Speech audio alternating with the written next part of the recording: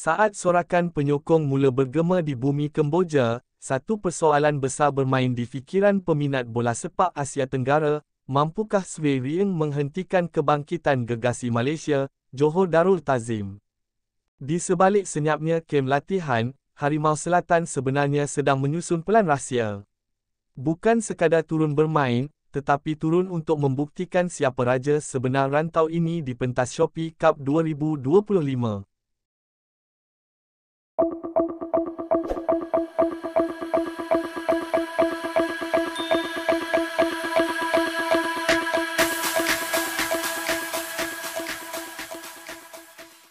Pasukan Johor Darul Ta'zim, JDT, tampil dengan strategi tersendiri bagi mengekang asakan wakil Kemboja, Swee Rieng, dalam aksi ketiga saingan Shopee Cup, yang bakal berlangsung pada Khamis ini di halaman lawan.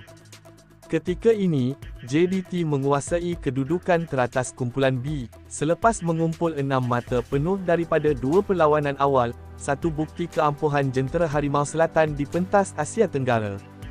Dalam aksi pembukaan, JDT membenam Lion City Sailors 3-1 di Stadium Sultan Ibrahim, sebelum meneruskan pesta jaringan dengan kemenangan luar biasa 4-0 ke atas Bangkok United, hasil hat-trick bergaya Bergson da Silva serta satu lagi gol daripada Joao Figueiredo.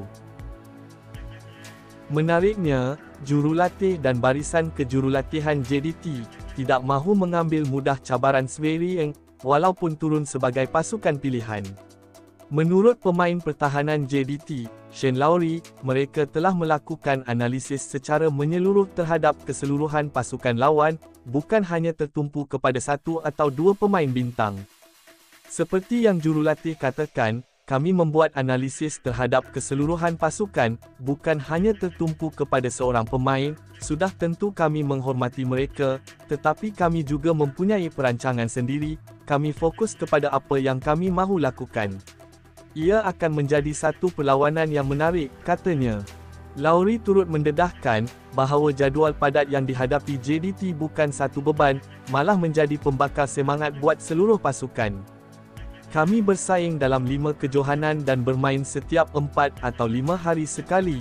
Mentaliti kami adalah untuk sentiasa memburu kejayaan dan memenangi piala. Kami mempunyai pemilik kelab yang bercita-cita tinggi dan beliau sentiasa mendorong kami untuk memberi yang terbaik dalam setiap perlawanan, tambahnya. Pertemuan dengan Swee Rieng ini bukan sekadar perebutan tiga mata, tetapi medan ujian sebenar mentaliti juara, dan keupayaan taktikal skuad kendalian jurulatih JDT. Sorakan penyokong tuan rumah dijangka bergema, namun JDT hadir bukan untuk menjadi penonton, mereka datang dengan misi mutlak, menang dan menguasai Asia Tenggara. Segala mata bakal tertumpu kepada JDT. Mampukah Harimau Selatan meneruskan rentak garang? Atau Swee Rieng bakal mencipta kejutan terbesar? Jawapannya bakal terungkap di pentas Shopee Cup Khamis ini.